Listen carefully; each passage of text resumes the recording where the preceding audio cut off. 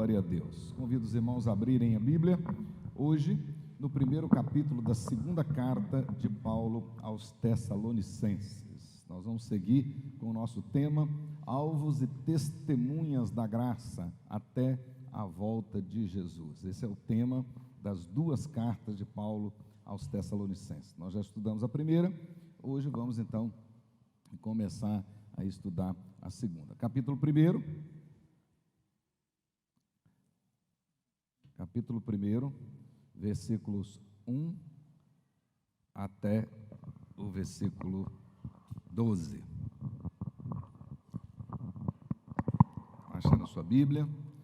Os que porventura não trouxeram a Bíblia, não a têm, pode acompanhar aí no telão, ok? Diz assim a palavra de Deus: Paulo, Silvano, ou Silas, e Timóteo, a igreja dos Tessalonicenses, em Deus, nosso Pai, e no Senhor Jesus Cristo. Graça e paz a vós outros da parte de Deus Pai e do Senhor Jesus Cristo. Irmãos, cumpre-nos dar sempre graças a Deus no tocante a vós outros, como é justo, pois a vossa fé cresce sobremaneira, e o vosso mútuo amor de uns para com os outros vai aumentando, a tal ponto que nós mesmos nos gloriamos de vós nas igrejas de Deus, à vista da vossa constância e fé em todas as vossas perseguições e nas tribulações que suportais, sinal evidente do reto juízo de Deus, para que sejais considerados dignos do reino de Deus, pelo qual, com efeito, estáis sofrendo. Se de fato é justo para com Deus que Ele dê em paga tribulação aos que vos atribulam, e a vós outros que sois atribulados, alívio juntamente conosco, quando do céu se manifestar o Senhor Jesus com os anjos do seu poder, em chama de fogo, tomando vingança contra os que não conhecem a Deus e contra os que não obedecem ao Evangelho do nosso Senhor Jesus Cristo. Estes sofrerão penalidade de eterna destruição, banidos da face do Senhor e da glória do seu poder, quando vier para ser glorificado nos seus santos e ser admirado em todos os que creram naquele dia, porquanto foi crido entre vós o nosso testemunho. Por isso, também não cessamos de orar por vós, para que o nosso Deus vos torne dignos da sua vocação e cumpra com poder todo o propósito de bondade e obra de fé, a fim de que o nome do nosso Senhor Jesus Cristo seja glorificado em vós, e vós nele, segundo a graça do nosso Deus e do Senhor Jesus Cristo. Oremos ao nosso Deus. Pai querido, em o nome de Jesus, abençoa-nos, ó Deus, também nesta noite com a Tua palavra. O Senhor já nos abençoou com o memorial eterno, o sacramento da Santa Ceia. O Senhor já nos abençoou, dando-nos o privilégio de receber novos membros e também de operar o sacramento do batismo. Agora, pois, ó Deus, abençoa-nos com meio de graça a palavra. Permita que o Espírito Santo que a inspirou esteja iluminando o nosso coração, esteja trazendo ao nosso coração as lições que o Senhor mesmo já preparou na eternidade. Ajuda-nos, ó Deus, dá-nos, ó Pai, a reverência, a quietude necessária para podermos aprender do Senhor nessa noite e crescer na graça do Senhor. Ó Deus querido, nos dê este privilégio de, ao sairmos daqui hoje, possamos sair conscientes da Tua palavra, determinados em colocá-la em prática ao longo desta semana. Abençoa os irmãos que estão enfermos, tenha misericórdia, visita cada um deles, todos eles pelos quais nós oramos essa semana inteira. De maneira especial, abençoa nosso irmão presbítero Aguinaldo, cuida dele, ó Deus amado, restaura completamente, para que ele possa seguir em frente, agradando o Senhor em todas as coisas. E assim, ó Deus, todos os demais enfermos da nossa igreja, aqueles que gostariam de estar aqui hoje e não puderam, pelas limitações de saúde, visita-os com poder e graça. Em nome de Jesus, para a honra e glória de Jesus. Amém. Amém. Glória a Deus, irmãos. Fica aí com a sua Bíblia aberta ou acompanha aí na nossa tela. Hoje nós iniciaremos, conforme eu já disse, nossa exposição na segunda carta de Paulo aos Tessalonicenses. A primeira carta, conforme nós já sabemos, provavelmente, de fato, foi a primeira carta escrita pelo apóstolo Paulo e talvez a primeira carta, o primeiro livro do Novo Testamento, né? Foi escrito no contexto da segunda viagem missionária, quando Paulo estava em Corinto, no final do ano 50, início do ano 51. Esta segunda carta foi escrita também de Corinto, poucos meses depois da primeira carta. Paulo ainda estava em Corinto, agora tinha recebido notícias novas a respeito dos irmãos da Tessalônica e resolve, de imediato, escrever a segunda carta. O propósito claro dessa segunda carta foi reforçar alguns temas tratados na primeira carta, aprofundar alguns temas da primeira carta, consolar aqueles crentes, reforçar o ânimo daqueles crentes, a motivação daqueles crentes para eles continuarem firmes, mesmo diante de perseguições, mesmo diante de adversidades. E, ao mesmo tempo, corrigir alguns erros que já começavam a surgir lá, especialmente um deles. Algumas pessoas já começavam a dizer na igreja que Jesus Cristo já tinha vindo, e começaram a anunciar que Jesus Cristo já tinha vindo, e na realidade era algo que já tinha acontecido. Aquilo já começava a correr entre os Tessalonicenses, e Paulo então vai escrever essa segunda carta para também corrigir essa situação. Nós sabemos que a primeira carta foi escrita a partir do relatório de Timóteo. Vocês já se lembram muito bem da história, né? Paulo, Silas ou Silvano e Timóteo estavam na segunda viagem missionária, né? Já tinha passado por Filipos, depois passaram para Tessalônica, chegaram na Bereia, né? E desceram, foram até Atenas, agora já estavam em Corinto. E Paulo, preocupado com aqueles irmãos, com aquela igreja que tinha acabado de nascer, que tinha acabado de ser plantada lá na Tessalônica, ele manda Timóteo a Tessalônica para saber como os irmãos estavam passando. E Timóteo então observa todas as coisas e traz um belo relatório para o apóstolo Paulo. Nesse relatório tinha muitas notícias boas, mas também tinham algumas notícias, algumas informações que preocuparam demasiadamente o apóstolo Paulo. Nós já vimos aqui que naquele relatório, por exemplo, tinha algumas pessoas, segundo a informação de Timóteo, algumas pessoas que não tinham entendido bem a pregação sobre a segunda vinda do Senhor Jesus. E, portanto, alguns tinham deixado de trabalhar e estava vivendo naquela espécie de histeria expectante, e isso estava gerando alguns problemas, que estavam se metendo na vida dos outros e trazendo outros problemas para a igreja. Não trabalhavam, ficavam muito preocupados com a vida dos outros, e isso é um fato histórico ao longo de toda a história da igreja, né? Quando o crente não tem trabalho, ele dá trabalho, né? Isso é fato. Todas as vezes que o povo de Deus parou e ficou sem uma atividade, deram problemas sérios para Moisés ao longo da trajetória saindo do Egito até chegar em Canaã. Mas o fato é que alguns pararam de trabalhar e ficaram esperando Jesus voltar e começaram a gerar alguns problemas, e Paulo então precisou de corrigir aquilo. Também o Timóteo tinha trazido a informação que alguns estavam muito preocupados em relação aos que tinham morrido. O que acontece com o crente quando ele morre? E alguns estavam mais preocupados ainda, achando que pelo fato deles já terem morrido e Jesus não ter vindo, quando Jesus voltar, eles ficariam em desvantagem. E Paulo então vai escrever para ensinar a respeito disso. Mais um último problema que Timóteo tinha mencionado no seu relatório, que muito preocuparam o apóstolo Paulo, é que estava já havendo algumas divisões no meio dos crentes tessalônicos, algumas divisões. Alguns não estavam dando o devido respeito para as autoridades, alguns já começavam a questionar, inclusive a autoridade de Paulo. Alguns já começavam a dizer que Paulo pregava o evangelho por causa de dinheiro, né, por interesses pessoais. Aquilo já estava começando a acontecer e ele, na primeira carta, corrige isso também. Agora, na segunda carta, fica claro para nós que Paulo recebe um novo relatório.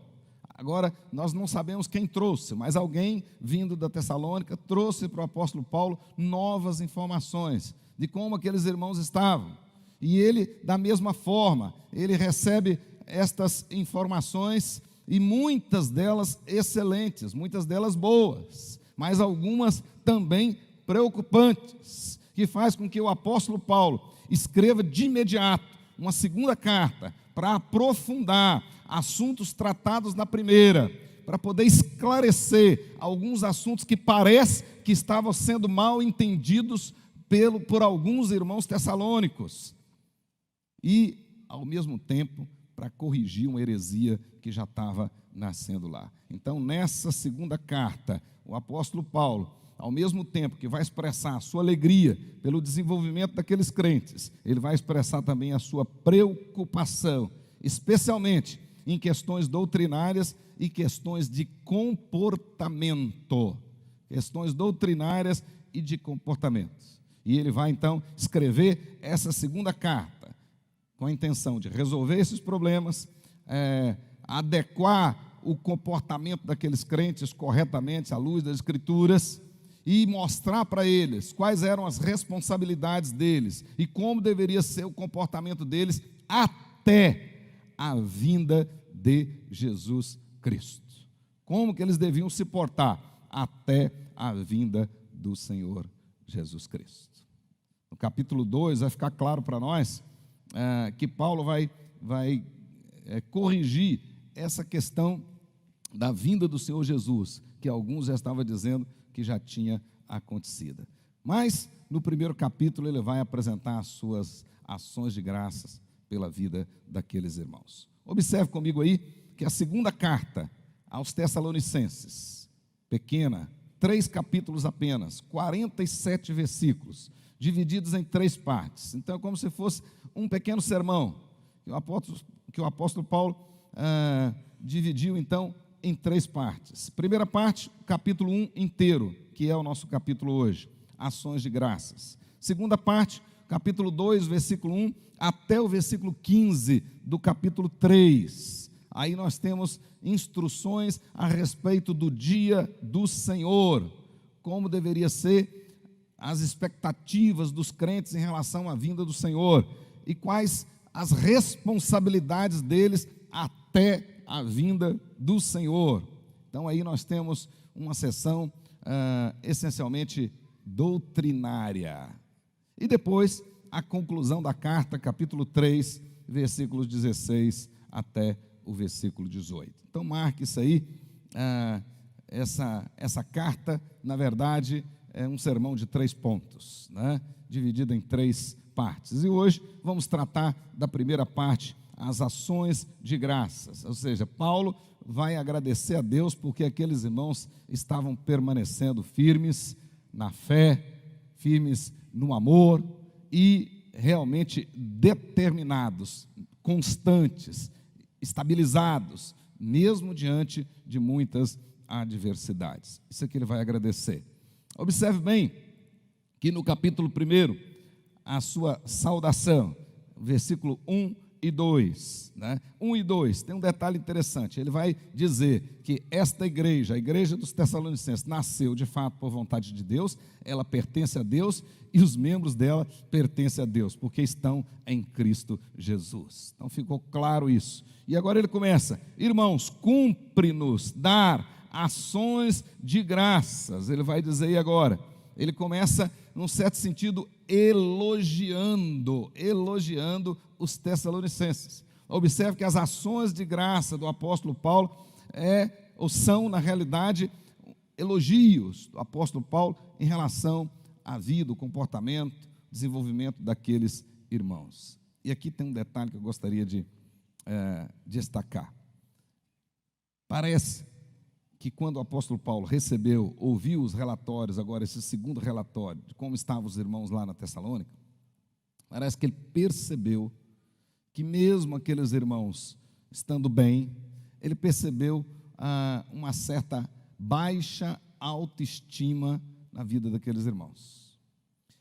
Paulo percebe claramente uma certa dúvida, uma certa desconfiança na vida de muitos daqueles irmãos. Muitos daqueles parece que estavam achando que o esforço deles, aquilo que eles estavam fazendo, não era suficientemente bom, que eles não estavam se desenvolvendo suficientemente na fé para poder suportar as adversidades. Muitos deles estavam achando que não iam conseguir suportar e que não iriam ser aprovados diante daquela prova.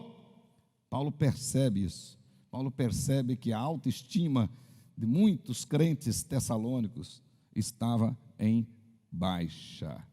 E por isso que essas ações de graça, na realidade, elas são elogios do apóstolo Paulo. Ele está elogiando aqueles irmãos, o comportamento deles. Observe comigo aí, claramente. Ele diz aí no versículo 3: cumpre-nos dar graças a Deus no tocante a vós outros, como é justo. Ou seja, ele está deixando claro aí que o que ele estava fazendo ali era de fato justo, por causa da fé, por causa do amor, por causa da estabilidade, a constância daqueles irmãos, mesmo diante das perseguições e das tribulações. Ele estava dizendo que aquilo era justo, que aquilo ele fazia com justiça, porque de fato a conduta deles merecia ações de graça. É como se Paulo estivesse dizendo: olha, a maneira como vocês estão vivendo agora merece ações de graças, e nós agradecemos a Deus todos os dias pelo comportamento de vocês. Observe que ele está mencionando agora, na segunda carta, a fé, o amor e a constância, conforme eu já falei, a paciência, a estabilidade. Na primeira carta, lá no capítulo 1 da primeira carta, no versículo 3, Paulo faz ele recorda diante de Deus, ele se lembra diante de Deus de 3 virtudes daqueles crentes, dos mesmos crentes. Ele fala lá da operosidade da vossa fé, da abnegação do vosso amor e da firmeza da vossa esperança. E a palavra firmeza, lá no capítulo 1, versículo 3 da primeira carta, é a mesma palavra constância aqui, ou seja, da perseverança, da estabilidade de vocês na esperança. Mas agora, na segunda carta, Paulo não menciona a esperança. Observe bem que ele está dizendo aí, da constância e fé. Ele não traz agora para as suas ações de graça a realidade da esperança. Por que isso, pastor? Porque na realidade o problema agora da segunda carta é exatamente a esperança. O problema agora que ele vai tratar é exatamente a esperança, a convicção da volta do Senhor Jesus. Então esse era um problema, e ele vai tratar desse problema a partir do capítulo 2. Então, lá no início, os irmãos ele elogiou os irmãos, ele recordou diante de Deus da operosidade da fé, da abnegação do amor e da firmeza na esperança, ou seja, da paciência, da constância deles na esperança. Agora, ele está dizendo, é justo diante de Deus que eu agradeça ao Senhor. Ele diz aí, porque vocês estão crescendo na fé sobremaneiramente, e o amor mútuo de vocês, ele vai aumentando cada vez mais. Observe que ele terminou a primeira carta exortando, admoestando aqueles irmãos em relação ao amor fraternal, ao amor entre eles. E agora ele está elogiando. De fato, vocês ouviram e estão crescendo no amor entre vocês. Na primeira carta, ele disse que eles precisavam firmar na fé, e agora ele está elogiando. Então é visível, Paulo está dizendo, é visível o crescimento sobremaneiro de vocês na fé. A fé aqui é o conjunto de doutrinas, é crer no Evangelho. Vocês estão realmente crendo no Evangelho cada vez mais. Isso é bom e eu agradeço a Deus. E o amor de vocês está aumentando uns para com os outros. E ele faz um terceiro elogio aqui nessa introdução, solto, diz assim: e da vossa constância, ou seja, e da vossa paciência, da vossa fidelidade diante da perseguição. Mas ele não fala da esperança, da firmeza na esperança. Na realidade, ele não menciona isso, porque ele vai tratar daqui a pouco a respeito da esperança. Esse agora era o problema que chamou a atenção do apóstolo Paulo. Vejam aí comigo no versículo 3, ele diz assim: irmãos, cumpre-nos dar sempre graças a Deus no tocante a vós outros, como é justo, pois a vossa fé cresce sobremaneira, e o vosso amor mútuo uns para com os outros vai aumentando. E a constância, agora no versículo 4, e a vossa constância, ou seja, a paciência, a estabilidade, e fé, fidelidade, confiança nas verdades do Evangelho, né, em todas as vossas perseguições e tribulações. Aqui ele usa duas palavras diferentes: perseguições e tribulações. A palavra que ele usa aqui para perseguições significa a perseguição direta contra o Evangelho, a perseguição por causa da fé deles. Então, exatamente por causa da fé, eles estavam sendo perseguidos. Pessoas que se levantavam contra a igreja, pessoas que se levantavam contra a fé que eles professavam. E a segunda, tribulação, aí são todos os sofrimentos, todas as lutas. Então, por todos os lados, esses crentes estavam sofrendo. Vimos aqui numa oportunidade passada que o crente, ele tem 3 fontes de sofrimentos, 3. Ele sofre naturalmente por causa de ser ainda pecador, de estar ainda nesse corpo, nesse tabernáculo, como diz o apóstolo Pedro. Então ele sofre, como esse corpo ainda, esse corpo aqui da linhagem de Adão, esse corpo ainda está contaminado.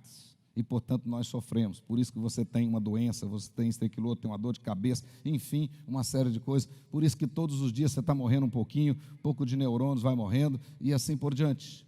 Isso é da natureza adâmica nossa. Mas nós sofremos também por habitar um mundo caído. Então, nós ainda compartilhamos das dificuldades, das lutas desse mundo caído. Citei esses dias num culto de oração. Muitas pessoas, muitos da nossa comunidade não têm nem ideia de onde fica a Ucrânia. Mas nós estamos sofrendo aqui por causa da guerra lá na Ucrânia. Então, nós ainda sofremos por causa de habitarmos num mundo caído. Pessoas más. De repente você está tranquilo, voltando para casa, uma pessoa má vai e te assalta, ou você passa na frente de um lugar, uma bala achada te encontra, e assim por diante. Nós ainda habitamos nesse mundo. Mas o crente, e o apóstolo Paulo vai dizer isso aqui nessa carta, ele também sofre por causa da sua fé. Por causa da sua fé, ele é perseguido. E esses irmãos estavam sendo perseguidos por causa da fé. E Paulo os elogia, porque mesmo com aquela perseguição, eles estavam constantes na sua fidelidade. E internamente o amor deles aumentava, e a convicção também. Então nós podemos ver aqui o apóstolo Paulo com a sabedoria fantástica, né? Nessa sua introdução, nessa sua oração de ações de graça, ele elogiando aqueles irmãos que já começavam a baixar a guarda, que já começavam a ter a sua autoestima diminuída, E Paulo então os anima. Imagino que eles devem ter pensado assim: puxa bem, se Paulo está pensando isso de nós, então nós devemos continuar firmes, estamos no caminho certo. Então era a maneira de animar aqueles irmãos. Pois bem, tem um autor que diz assim, Mark Rutherford, ele diz que bem-aventurados aqueles que nos libertam do nosso próprio menosprezo. Ou seja, de repente você está cabisbaixo, achando que não vale nada, né? E está aí todo mundo achando que é o patinho feio, etc. e tal, e alguém que vem e te anima e eleva a sua autoestima. Bem-aventurada essa pessoa. Fez com que você voltasse à razão e lutasse novamente, levantasse a guarda e continuasse em frente. Pois bem, meus queridos irmãos, agora olha o versículo 5 até o versículo 10. Nessa primeira parte, Paulo, de maneira sábia, oferecendo ações de graça ao Senhor, elogia a fé, elogia o amor mútuo e elogia a paciência, ou seja, a estabilidade daqueles irmãos. Mas não toca no assunto da esperança. Mas dos versículos 5 até o versículo 10, Paulo vai explicar a respeito dos propósitos da perseguição. E, principalmente, Paulo vai deixar claro que o crente deve confiar na justiça de Deus. Em todos os momentos, o crente tem que saber que Deus é justo no presente e Deus será justo no futuro. Então, Deus é justo no presente. Então, esse negócio que a justiça de Deus tarda, mas não falha, é mentira. A justiça de Deus não tarda, ela vem no momento certo. Ele é justo no presente e Ele é justo no futuro. É isso que Paulo vai dizer. Os irmãos estavam sofrendo perseguições e muitas vezes não vendo uma ação de Deus em favor deles. Mas Paulo vai dizer para eles: vocês têm que continuar firmes, vocês precisam continuar estáveis, porque Deus é justo hoje e será justo no futuro. E se aprover o Senhor, dá paga para esses que vos perseguem hoje, Deus assim o fará. É isso que ele está dizendo. Então essa retribuição, seja no presente ou seja no futuro, compete a Deus. E é isso que Paulo vai dizer para nós. Acompanhe comigo a partir do versículo 5. Primeiro ele começa dizendo que estas perseguições, essas tribulações, na realidade, elas constituem sinais evidentes do reto juízo de Deus. Né? E interessante, um detalhe, o fato de nós passarmos por perseguições e por provações não tem que nos assustar, não. Elas realmente têm propósito de Deus, ao mesmo tempo que é para fortalecer a nossa fé, para nos depurar, ao mesmo tempo é para deixar claro para nós quem é quem. O apóstolo Paulo, escrevendo aos Filipenses, ele diz que Deus nos deu a graça não somente de crer, mas também de padecer pelo nome de Jesus. E ele diz que na hora da perseguição, Deus revela quem é o perseguido e quem é o perseguidor, e vai deixar claro isso aí. Então, essa perseguição demonstra o reto juízo de Deus. E os crentes fiéis, sabendo que Deus é justo, ele vai enfrentar essas perseguições, e a sua confiança, a sua estabilidade, são evidências do justo juízo de Deus, que ele está preparando os sofredores justificados para o seu reino e para os seus oponentes está preparando a sua ira. Então, ao mesmo tempo que o cristão está sofrendo naquela perseguição, Deus está preparando aquele cristão para o seu reino. Mas ao mesmo tempo, Deus está preparando o perseguidor para a sua ira. Isso que Paulo está dizendo claramente aqui para nós. Então é sinal evidente, refere-se tanto à perseguição, mas também refere-se à fé, à firmeza daqueles que estão na perseguição. Mesmo sendo perseguidos, mesmo sendo, como diz o texto aqui, atribulados, eles confiam na justiça de Deus. E eles sabem que Deus é justo. E no fim, como disse Jó, o meu Senhor se levantará. Ele sabe disso. o cristão sabe disso. Então, é isso que Paulo está querendo ensinar para aqueles irmãos, né? Que esta evidência clara, né? Ou essa explícita indicação de que o juízo de Deus lhe será favorável naquele dia. Então, nós vamos ficar firmes, porque nós sabemos que naquele dia o juízo de Deus vai ser favorável para nós. É isso que Paulo está ensinando, claramente. Pois bem, meus queridos irmãos, ele explica que o propósito destas perseguições, dessas lutas, é para que nós pudéssemos ser considerados dignos. Faz parte do reto juízo de Deus, usar das tribulações e até mesmo das perseguições para aperfeiçoar o seu povo, para que o seu povo esteja verdadeiramente preparado. Então, Pedro, mais tarde, vai dizer que este fogo, ele é muito importante, porque ele vai depurar o verdadeiro metal e vai tirar toda a escória. Então, Paulo, nas suas ações de graças, ele elogia aqueles irmãos, né? Ele age de tal forma que a autoestima daqueles irmãos volta a subir, e eles ficam animados. E Paulo vai dizer para eles: olha, vocês não ficam preocupados não, confiem na justiça de Deus, no presente e no futuro. No presente, Deus é justo porque Ele está preparando vocês, e se aprover, Ele vai dizer, se for da vontade de Deus, Ele vai dar paga para estes agora. Olha o que o texto vai dizer claramente para nós: se de fato é justo para com Deus, que Ele dê em paga tribulação aos que vos atribulam hoje. Mas se assim não fizer, Ele vai fazer no tempo certo, e a vós outros que sois atribulados, alívio juntamente conosco. Deus pode hoje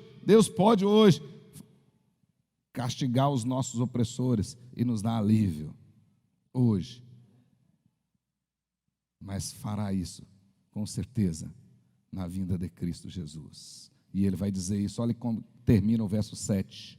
Quando do céu se manifestar o Senhor Jesus com os anjos de seu poder, em chama de fogo, tomando vingança contra os que não conhecem a Deus e contra os que não obedecem ao Evangelho do nosso Senhor Jesus Cristo. Estes que nos fazem sofrer hoje, sofrerão penalidades de eterna destruição, banidos da face do Senhor e da glória do seu poder, quando vier para ser glorificado em nós, os que sofremos hoje e que cremos no nome dele.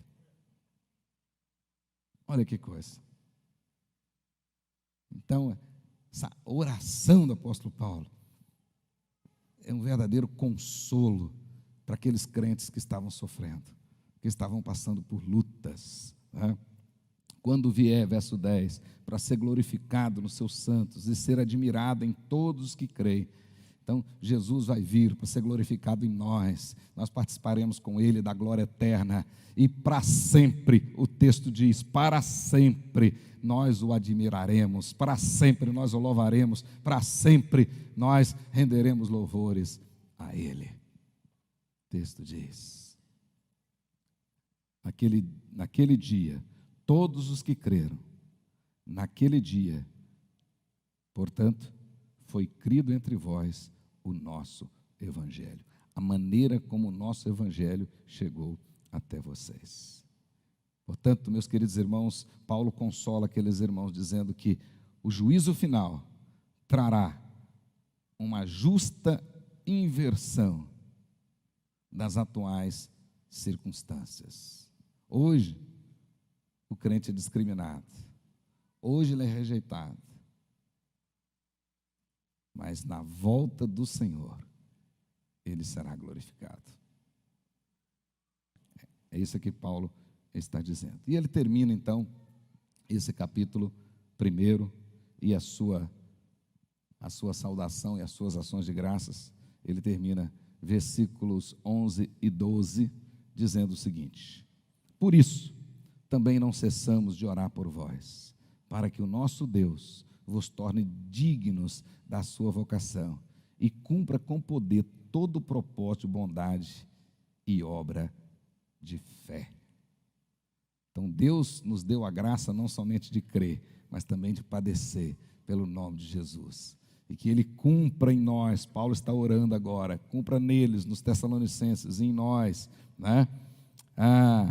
Esta vocação, para que nós sejamos dignos dessa vocação, e que a obra de bondade e fé do Senhor seja feita em nós e por meio de nós. Verso 20, a fim de que o nome do nosso Senhor Jesus Cristo seja glorificado em vós, em nós, e vós nele, segundo a graça do nosso Deus e do nosso Senhor Jesus Cristo. Soli Deo glória. Tudo para a glória de Deus. Até no momento das perseguições, até no momento das adversidades, até no momento das tribulações. Tudo para a glória de Deus. Então, meus queridos irmãos, nesse primeiro capítulo, assim como no primeiro capítulo da primeira carta, Paulo traz aí algumas virtudes que provam ou que deixam claro que nós somos do Senhor, que nós somos servos ou servas do Senhor. Então, lá na primeira carta, ele diz lá, né, amor, fé, esperança. Aqui ele vai falar fé, amor e constância, paciência. São as virtudes de quem verdadeiramente foi lavado e alcançado no sangue de Jesus. Feche os seus olhos, faça uma reflexão e peça ao Senhor para te abençoar, para você se desenvolver nestas virtudes. Na primeira carta, o apóstolo passou o tempo todo pedindo que os irmãos crescessem nessas virtudes, que eles transbordassem nessas virtudes, que de fato eles pudessem cada vez mais manifestar essas virtudes. E agora ele faz da mesma maneira, da mesma forma, pedindo ao Senhor que faça assim. Então peça ao Senhor que você possa crescer, na fé. Peça ao Senhor que você possa superabundar nessa constância, nessa paciência, nessa estabilidade. Peça ao Senhor que você possa transbordar no amor, em nome de Jesus. Aleluias.